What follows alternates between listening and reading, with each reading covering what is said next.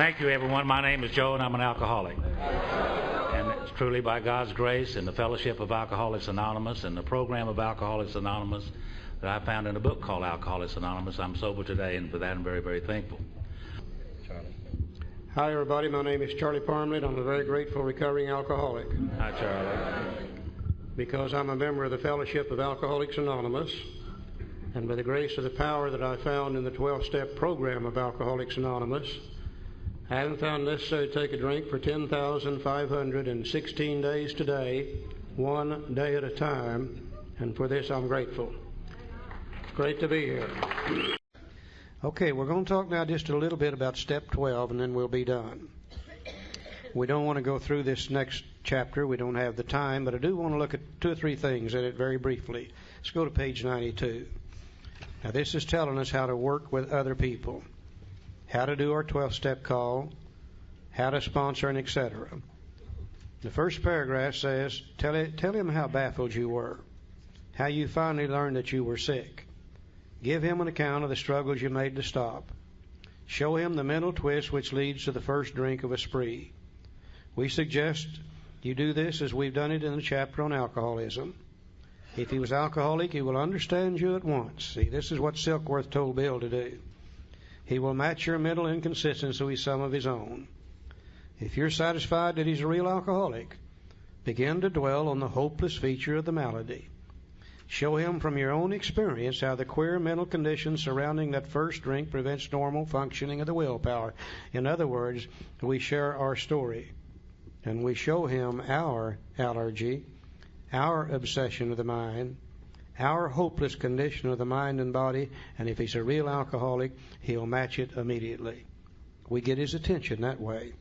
We tell him exactly what's wrong with him. Page 93. Let him ask you that question if he will. Tell him exactly what happened to you. Stress the spiritual feature freely.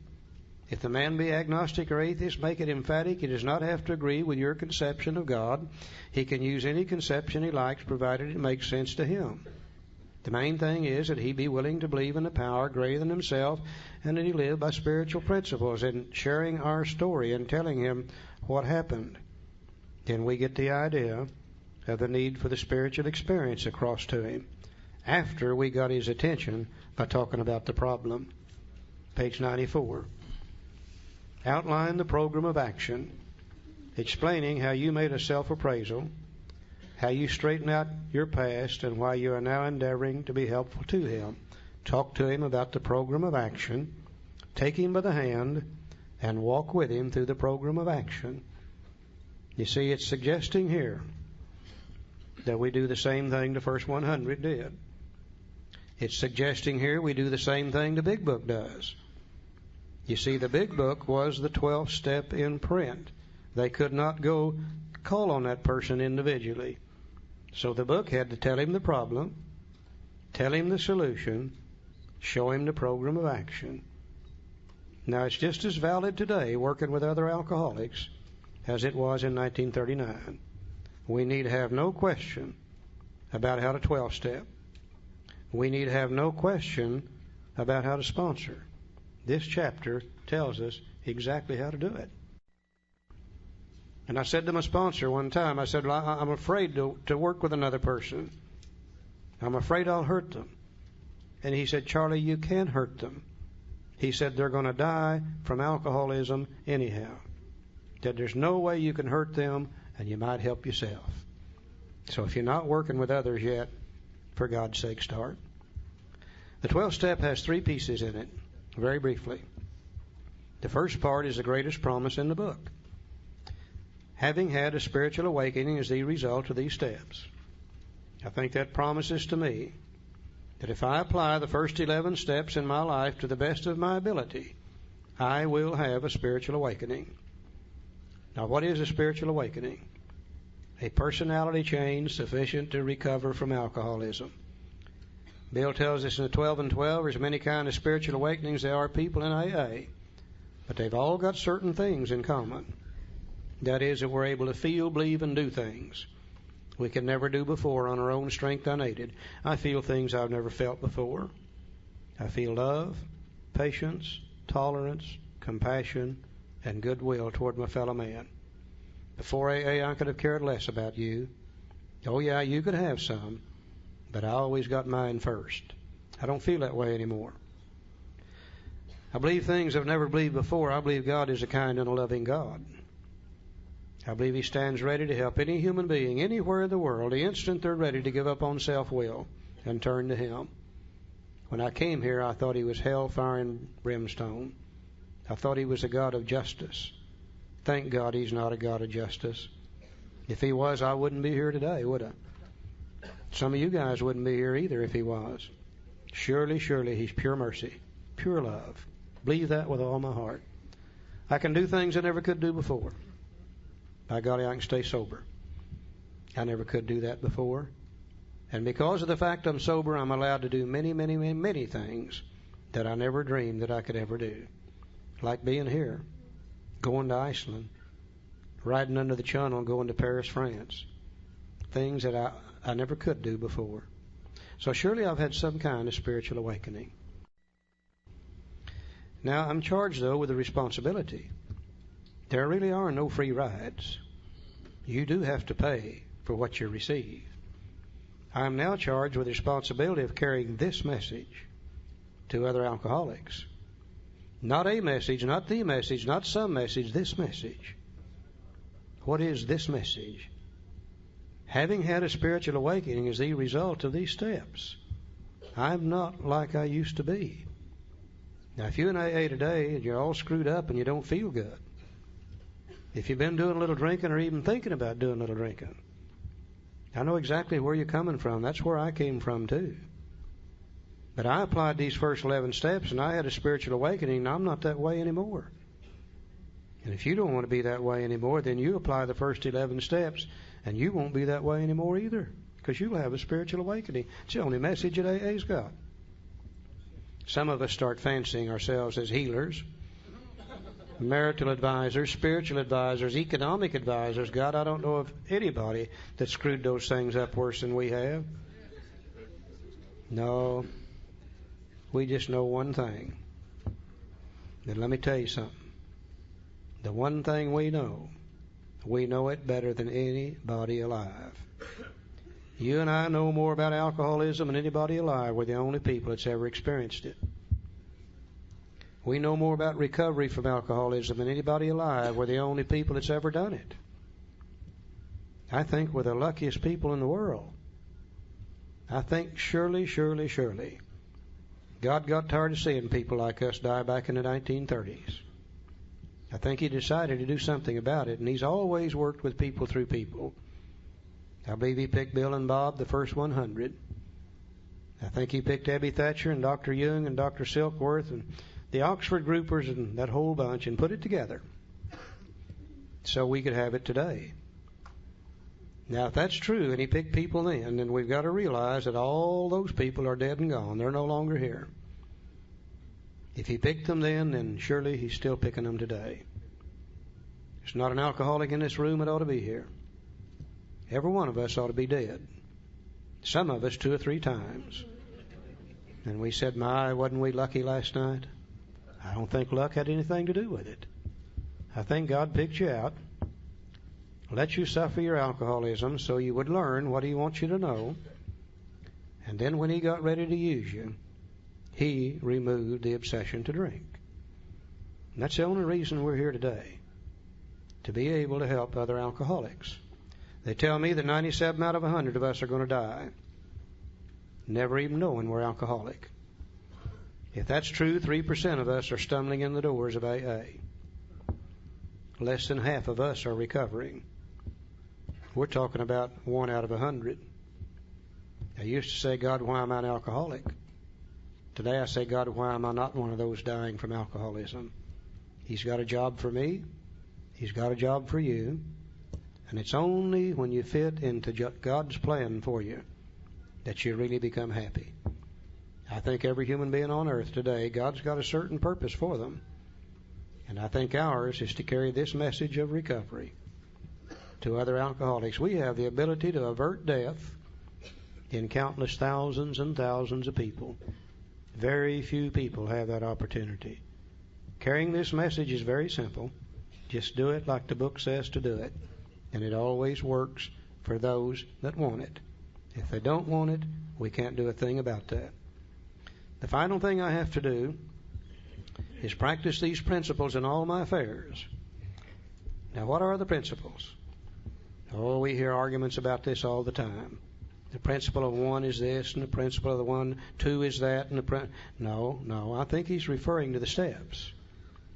He said, having had a spiritual awakening as the result of these steps, he already used steps once in step 12, so he's not going to use it twice.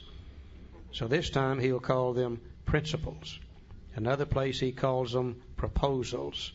In the front of the 12 and 12, he says the 12 steps of Alcoholics Anonymous are a set of principles. He's referring to the steps. Now, it's easy for me to practice the 12 steps of Alcoholics Anonymous in AA. I love you. I hope you love me. And we're going to do our best not to hurt each other. But I'm only in AA at the most an average of an hour a day. What do I do the other 23 hours? Can I practice these principles, these steps in my home with my spouse? Can I realize just how powerless I really am with that lady? Can I realize the insanity of trying to control her knowing full well I can't? Can I make a decision and turn her will and her life over to the care of God as I understand it? Can I inventory me and find those defects of character that keep me trying to control? Can I talk about that to another human being? Can I become willing to have God remove and ask Him to do so and take those away? Can I make amends to her quickly when I've harmed her? Now, there's times I'm ashamed of me.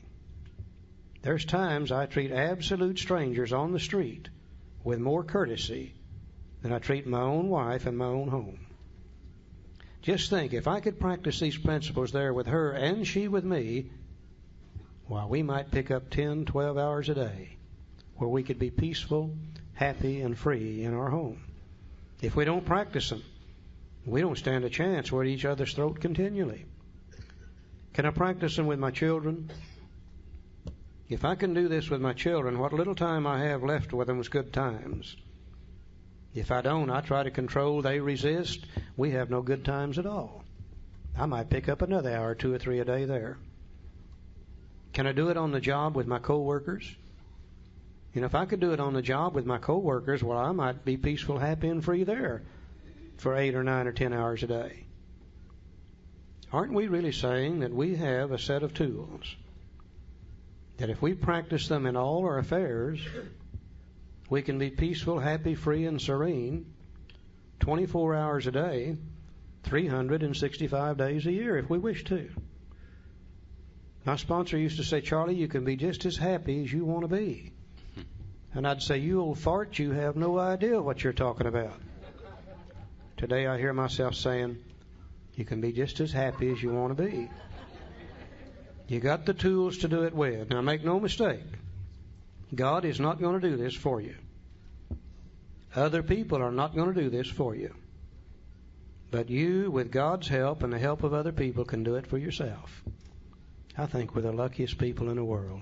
I really do. Joe? Now, where does all this stuff come from? Well, it comes from the best of medicine, psychology, and religion.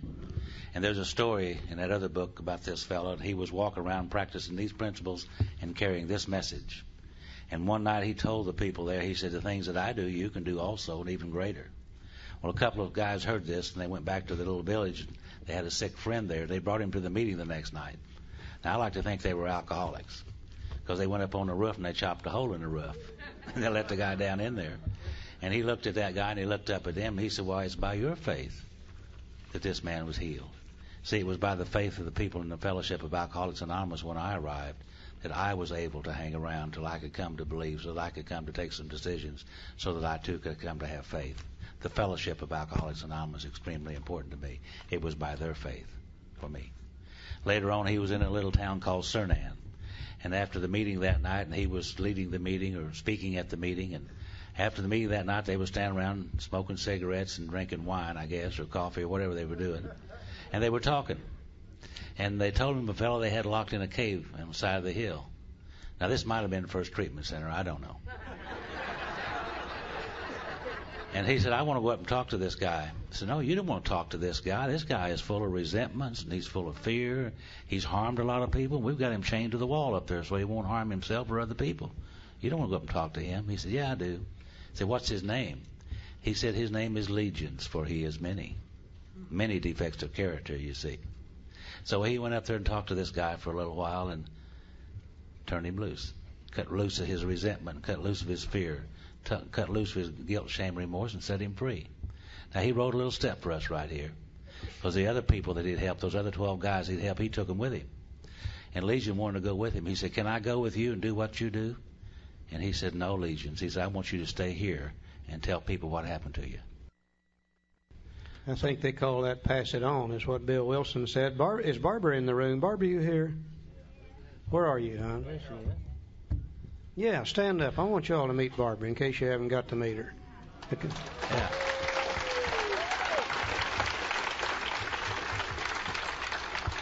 You can tell by looking at her why I'm in love with her. She's red-headed. Okay, let's go to page 164. Said our book is meant to be suggestive only. We realize we know only a little. God will constantly disclose more to you and to us. Ask him in your morning meditation what you can do each day for the man who's still sick. The answers will come if your own house is in order. But obviously you cannot transmit something you haven't got. See to it that your relationship with him is right. That's the only relationship this book talks about, by the way. See to it that your relationship with him is right, and great events will come to pass for you and countless others. This is a great fact for us. Abandon yourself to God as you understand God. We did that in steps 1, 2, and 3. Admit your faults to him and to your fellows. We did that in 4, 5, 6, and 7. Clear away the wreckage of your past. We did that in 8 and 9. And give freely what you find and join us. We'll do that in 10, 11, and 12. And we shall be with you in the fellowship of the Spirit, and you will surely meet some of us as you trudge the road of happy destiny. May God bless you and keep you until then. We love you all. Thanks for letting us be here.